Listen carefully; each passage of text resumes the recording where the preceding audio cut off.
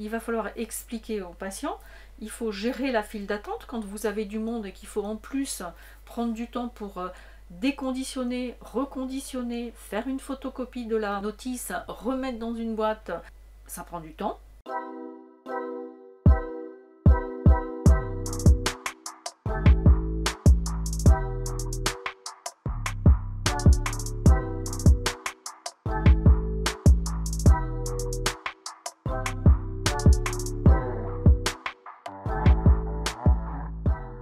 Ce qu'on en a tiré, c'est vrai que globalement les patients étaient plutôt contents.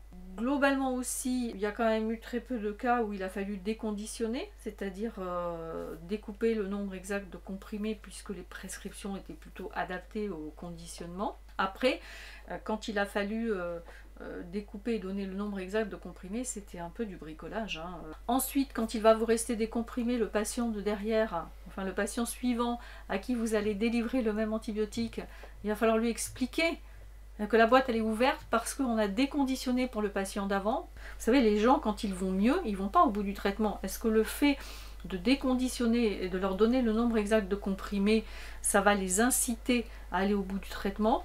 Moi j'ai une véritable interrogation par rapport à ça et je n'en suis pas convaincue. Bien sûr que le rôle du pharmacien est de participer à l'environnement, le gaspillage et la lutte contre l'antibiorésistance. Je suis pas sûre que on soit dans l'écologie quand on nous demande finalement de multiplier les conditionnements et de multiplier les impressions de notices de médicaments pour que le patient reparte avec.